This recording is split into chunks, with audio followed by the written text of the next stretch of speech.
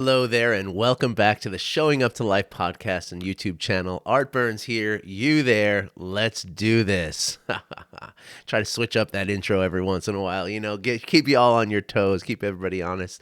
Anyway, before I get into it, please this is something I never ever do. I wait until the last possible minute of the podcast when nobody's listening anymore. So please, or especially for you on YouTube, okay? Please take a moment right now, like this video, subscribe to the channel if you haven't already, and if you could share it with someone, that would be amazing, okay? If possible, also leave a comment. Obviously, do that after you've heard the video. I'm not asking you to leave a comment before you even know what I'm talking about. But please, if you do these things, it really does help the algorithmic exposure that YouTube will give me. And that's not for my own ego. That's not for it used to be, but it's not for that anymore. It's for the benefit of all the different people out there who might need to hear some of this, okay? So it'd be an act of generosity for you to do these things, okay? Like, subscribe, share, comment, okay? And a little word about generosity, generosity is good for you, right? Yes, it's good for the recipient of your generosity. Of course it is. But generosity in and of itself is good for you. As Richard Davidson, the world-renowned neuroscientist that I quote quite often says, he says the most effective way to activate the circuits of the brain associated with positive emotions is through generosity. Okay? So taking a few seconds now and doing that is something that's going to help you, as well as it's going to help me, as well as it's going to help who knows how many other people out there. Okay, so take a moment to do it. Thank you so much. All right, now I want to talk today. I want to go back to the basics a little bit, okay, and talk about, I was kind of, last night or yesterday afternoon, I was approached by someone who is a friend of mine and somebody I play hockey with, and I'm set to meet with her next week and talk about, perhaps getting into some coaching for her and some members of her family. And so I'm trying to kind of, I was sort of, spending some time yesterday, sort of letting my mind, sort of go through a process of like, okay, how do I explain things? What would I say here? And so it came to through this process, and again, it's a present process, right? And this is important, right? I took the time. I didn't do it while I did for a minute. I was doing it while I was brushing my teeth, and I stopped myself from doing that. And I gave myself the opportunity to just sit and do the mind wandering practice, or let the mind wander as a practice, okay, as a functional, okay, this is what I'm going to do for the next 10 minutes kind of thing, right? Which is much different from letting the mind wander while you're washing the dishes, for instance, or while you're trying to fold laundry or brush your teeth, or any number of things that we're doing all day, every day. And so this brings me into the actual topic of what I wanted. That was a really good segue. I haven't done one that well in so long. The whole premise, or the if you will, there are sort of three channels in which mindfulness works. Okay, the first channel is in focused attention.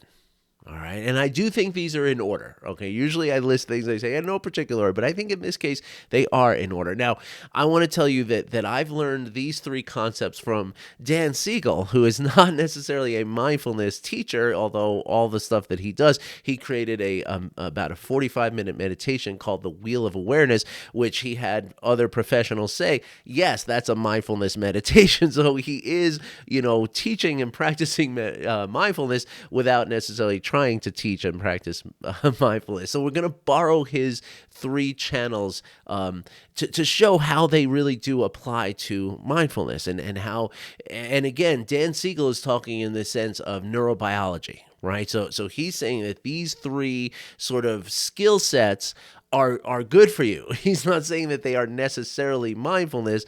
I'm telling you that they are mindfulness. But they're really, really important skills, is my point, right? That it's not Buddhism, it's not some kind of woo-woo, spiritual kind of aspect. It is all that too, but it's important to recognize that this is scientific evidence-based, advice here, right? And so what I want to go through today is these three sort of channels in which this practice, this work, impacts our moment by moment experience, right? Whether it's, at work, in our relationships, in our just alone time, and just the ability to be, managed and feeling, healthy and feeling well, right? So the three channels are focused attention, open awareness, and kind intention. And I swear, when I heard him say that, I was like, he learned that from a mindfulness teacher. I know he learned that from a mindfulness teacher, but of course he didn't. He's a very, very smart guy. He came to the conclusions all on his own, like a big boy, like a big boy scientist that he is. But here's the thing, right? This is the triumvirate, if you will. Okay, these are the foundations on which mindfulness works. Now, I hesitate to use the word pillars, right? Because you've heard me use the word pillars when it comes to the pillars of mindfulness or the pillars of awareness of our experience, right?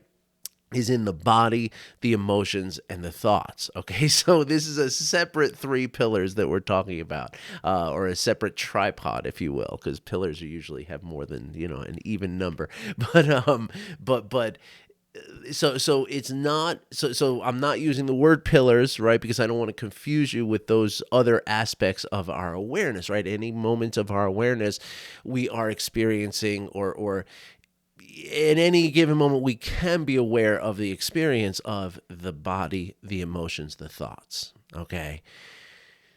But these three skill sets, right, of focused attention, open awareness, and kind intention are essentially sort of dovetailed with the three pillars of mindfulness. But let's put that aside for a second, okay? And let's first talk about focused attention, okay? Now, there's a really cool thing about focused attention, right? Now, number one, it's very, very important to practice focused attention and to develop the skill of focused attention through practice. And one of the best ways we can practice focused attention training, also known as, is through a meditation process. Right now, that doesn't have to only be a formal meditation, because I know there's a lot of people who feel reluctant and even triggered through the idea of sitting there alone with their eyes closed, alone with their thoughts. That can be terrifying to people, especially people who have experienced trauma. Okay, so it doesn't have to be that, right? Your attention training can be done while you're drinking a cup of tea or coffee. Right? That you can sit there and you can, be present with the smell and the warmth in my hands and the soothing taste and even the caffeine that starts waking me up as I'm drinking it, right? And then and again, I'm telling you a little bit of a practice here. We're just going over this really quickly. But when I'm here and I'm focused on the smell and the feel and the impact that it's having on my body and maybe even brightening my mood, I'm aware of all these things. And then all of a sudden I start thinking about like, oh, what about that bill that I have to pay, on Friday? Well, I'm no longer here with the cup of tea now. So now I just come back to the cup of tea, right? And this is how we train our attention, right? Now here's the really important thing about the attention training or the focused attention aspect of mindfulness, right? Which is to say that when we're focused again, pardon me, let me back up just a second. It is in the nature of the mind to wander. Okay, that never is going to not be true for you. It's never not true even for a Tibetan monk who's been practicing, tens of thousands of hours of meditation in his or her life. Okay, it is the nature of your mind to wander. Okay, so that's why, number one, that's why we need to train our mind to be here with whatever it is, right? Whether that's our experience, whether it's a conversation that we're having, whether it's a math problem we're trying to do for our child who's in, 8th grade and learning stuff that we don't remember, right? whatever it is that we're doing, that ability to focus our attention is very, very powerful. I mean, that's everything that we have. All of our resources, all of our energy is in that ability to attend to what is happening. Okay, that's a very simple aspect of it, very simple prospect, if you will. But here's the thing.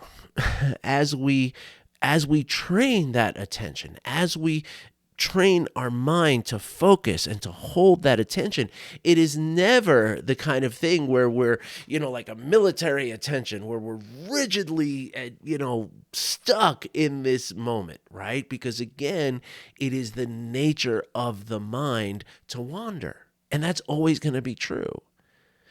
So the real beauty of training focused attention is that we also train ourselves to know where our attention is focused in any given moment. Okay, this is part of what we call meta-awareness, which we're going to get into just in a second in the second channel.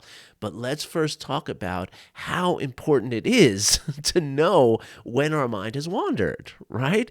Because again, the mind does this on its own. It doesn't knock on the door and say, "Oh, by the way, I'm gonna, go over here for a little while and think about this childhood trauma while you're washing the dishes here." Okay, just FYI, that doesn't happen. The mind just wanders, right? And in a lot of ways, we don't even realize the mind has wandered. We're just washing the dishes, but the mind is, thinking about, again, maybe it's childhood trauma like it was for me the last few days, as I mentioned in yesterday's podcast, right? Due to this, annual, moment of Mother's Day, my body was like, "Oh crap, it's here again." Right? And so as I'm doing the dishes, my mind is thinking about, some horrible thing that happened to me when I was 8 years old, for instance, right? So I don't necessarily, if I'm not trained in the skill of focused attention, open awareness, and kind intention, then I don't realize that that's what's going on. And so how does it show up? Well, it shows up in a bad mood. It shows up in a reaction to something that somebody says. It shows up as impatience when somebody says, "Oh, we can't do the thing that we said we were going to do," whatever. It shows up in all of these reactive, emotionally reactive ways, which then carries consequences, right? Because, I snap at somebody, they snap back, and now all of a sudden we're in an argument. And this had nothing to do with anything, right? It's not serving me, it's not serving anyone else. There's no reason for it, right? So the focused attention is so important because it allows us to recognize that, wait a second, I'm not focused right now. And therefore, if I know that I'm not focused right now, well, then my mind is wandering to something. Now, the thing about the mind wandering, right? And this is even on the level of the brain, right? In the brain, we have this thing called the default mode network, right? Which is where, it's very widespread, this activity, right? When we're not doing anything, right? Default mode is basically describing like when you're not in a task-oriented activity, you're just there, right? Your mind is going to tend to go into all these different aspects of what's going on in your life. And because of the way our, your system and my system, it's the same system that early human beings 200,000 years ago had, right? And what that means, the reason I say that is because it's a defense mechanism, right? When your mind is wandering like that, your mind is almost always going to wander into two specific places. Number one, it's going to be about you, right? It's going to be a selfing process. Like where do I fit in all of this, right? Whatever it is that you're thinking about. And number two, and perhaps more importantly, it's going to be negative. Almost always. Right? This is what we call the negativity bias, right? Which is, again, the same mechanism that 200,000 years ago helped your ancestors and mine to survive the world out there, right? Which is why the same process exists now, that we'll always think of the negative first. We're walking down a hiking trail and we hear rustling in the bushes. We're going to assume it's a bear and hope that it's a bunny. Right now, this doesn't happen consciously. It happens very much unconsciously, very much on the level of the nervous system, right? But that's what's going on, right? So when I'm wandering, when my mind's wandering as I'm washing dishes, it's not usually going to wander to a place of hope and inspiration. It's going to wander to a place of, oh my gosh, I'm such a, such bad things happen to me, or I've done such bad things in my life, and I'm such a horrible whatever, right? That's where it's going to tend to go. So that's why it's so important to recognize when our mind is not focused on what we're doing. Because where it's going to go is almost always going to be a negative place, which again is going to set up. This is where we get back into those 3 pillars of mindfulness, right? That when my thoughts are in that negative, selfing and what's wrong with me kind of thing, well, then that's going to inspire an emotion. And generally speaking, it's not a positive emotion. And then that emotion is going to create tension in my body, specifically around my chest, my face. And this is going to promote more of that selfing, right? So that's why it's so important to be able to recognize when my mind has wandered off. Okay, and this is what we get from the focused attention training that's part of mindfulness work. Okay, the second, and this is again where these things are intertwined, right? Is that the well, let me not say that. Let me just say the second pillar, or the second channel rather of this work is open awareness. Now, what open awareness means is 2 different things, right? Open awareness, includes the understanding of or the ability to, just take in everything. Right? Like, and this is very important, right? Because it's both internally and externally, right? So we might notice the chill in the air a little bit more. Or we might notice the beauty of the sky above us. And, lately in Colorado, we've been having these amazing storms. And when the storms break up in the late afternoon, the sky just looks magical. I mean, just unbelievable. But if I'm lost in my, little world of my experience, I don't see it, right? It just goes right by. So open awareness has that sort of, is the skill to be able to notice all of that. And again, it's also internally, right? It's also noticing like, yeah, you know what? I'm feeling a little tired today, or I'm feeling very irritable today. So now I must take care in how I'm, going through my day because I'm in this irritable place, right? So this is very, very important, a very, very important skill, just like focused attention is. But the second way in which open awareness works is, or the second open awareness describes a secondary sort of aspect, right? And not necessarily hierarchically secondary. It's just second in what I'm mentioning. But the open awareness, it cultivates, or it allows for us to have an openness of the potential, right? If you will, a curiosity about our experience, right? To say, okay, this is the way I'm seeing it, but is there something else here? Is there something I'm not considering? Is there something that I don't even know? I don't know what I don't know, right? So open awareness also includes that sense of, curiosity or and also the openness to the potential, right? To recognize that there is a much wider potential than what I might be seeing right now. Right. Dan Siegel calls these the open potential. He refers to something called the plane of possibility. Right. That there is a place in our mind where we're recognizing that anything could be possible.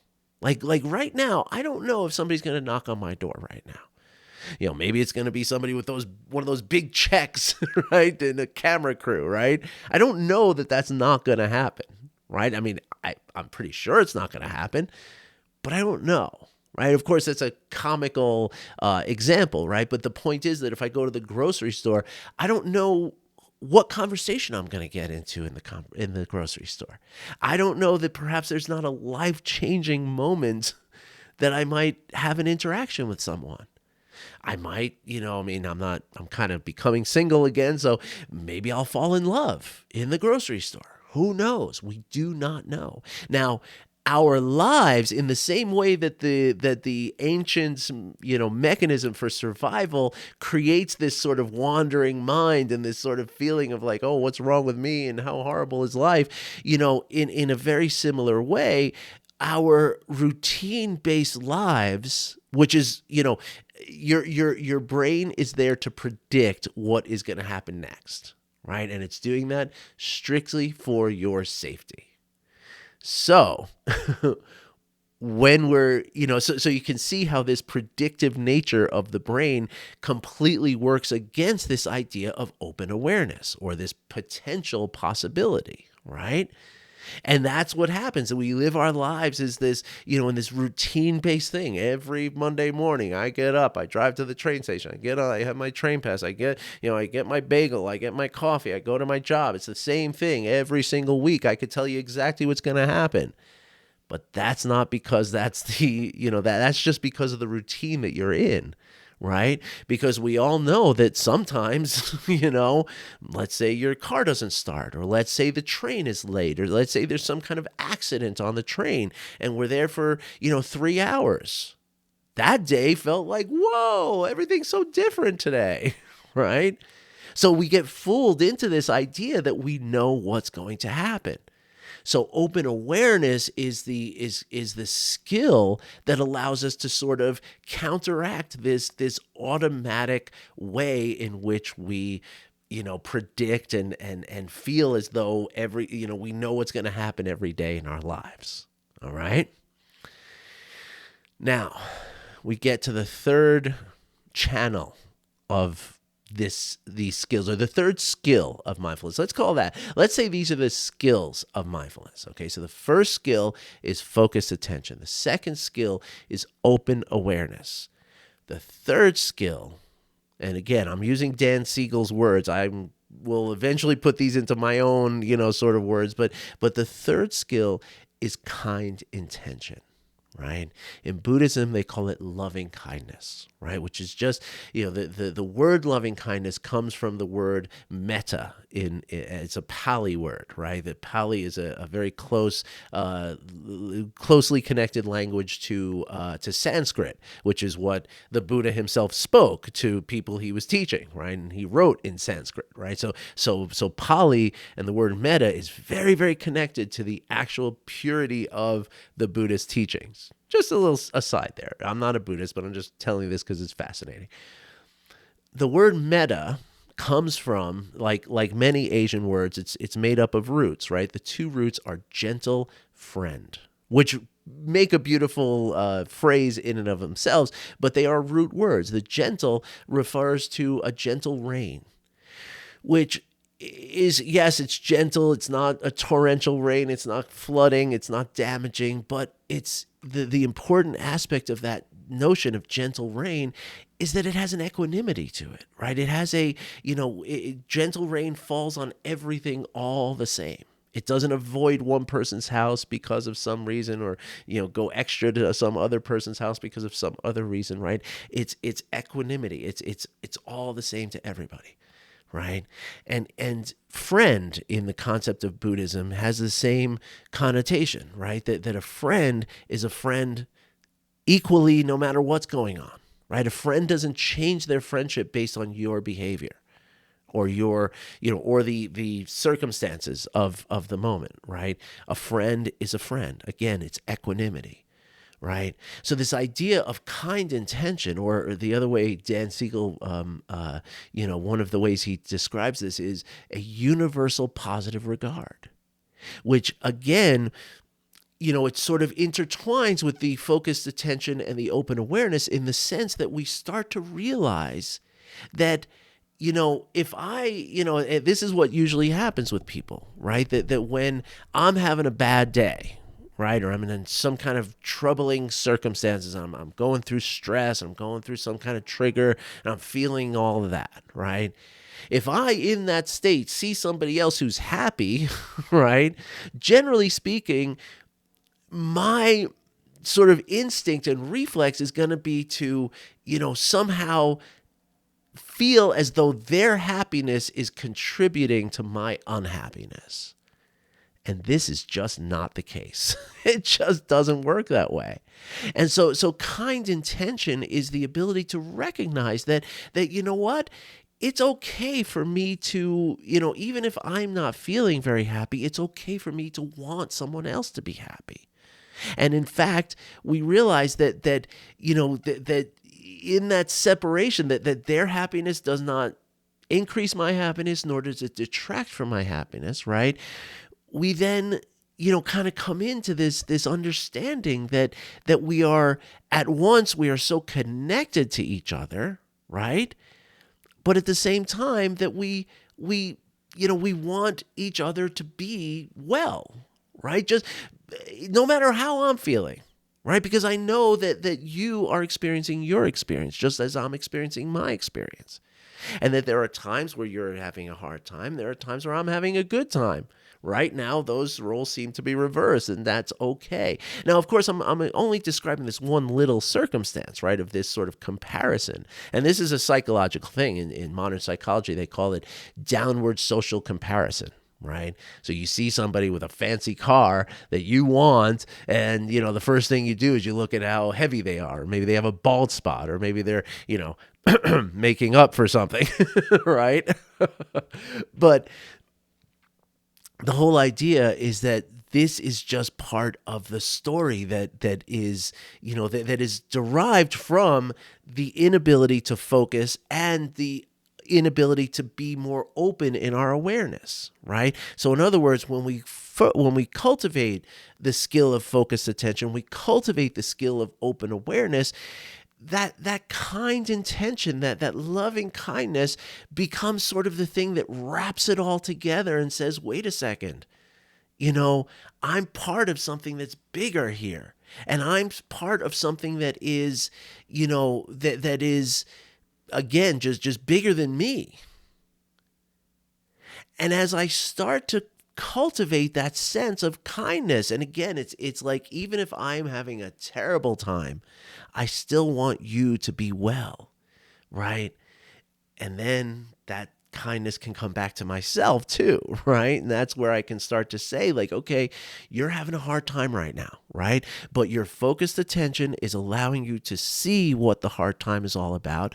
The open awareness is allowing you to recognize that it's impermanent and it's not necessarily what you think it is, and that there's more potential here than your mind is allowing you to see right now, right? That then when we sort of, cultivate that kindness along with those two things, we start to recognize that, that this is all just a thing that we're going through. And if I just allow this to process and I allow it to go through, I can take care of myself. I can say, okay, let's sit for a few moments and just be not okay, right? And this allows us to, grieve more fully. This allows us to love more fully. This allows us to be afraid more fully.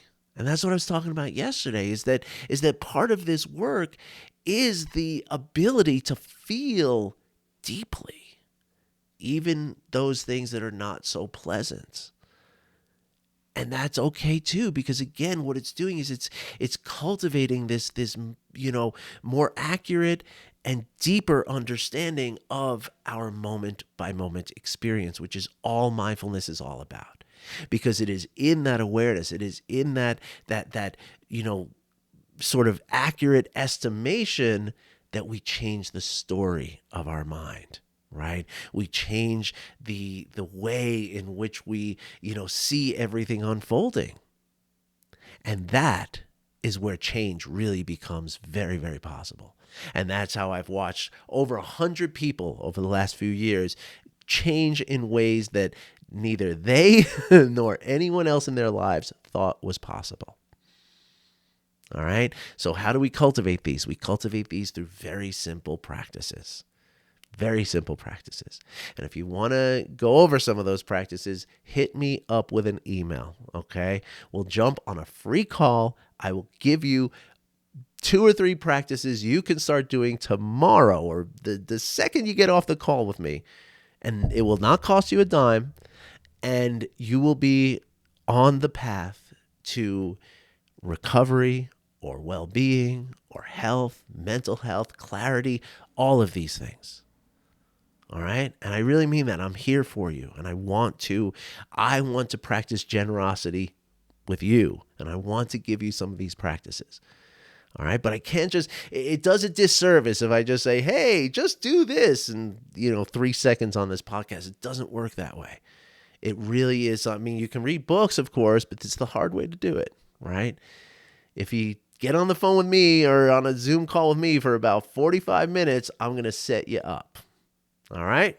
So for all of you who are still listening and still watching, that is an open invitation. So the way you start is by sending an email to art@artburnscoaching.com.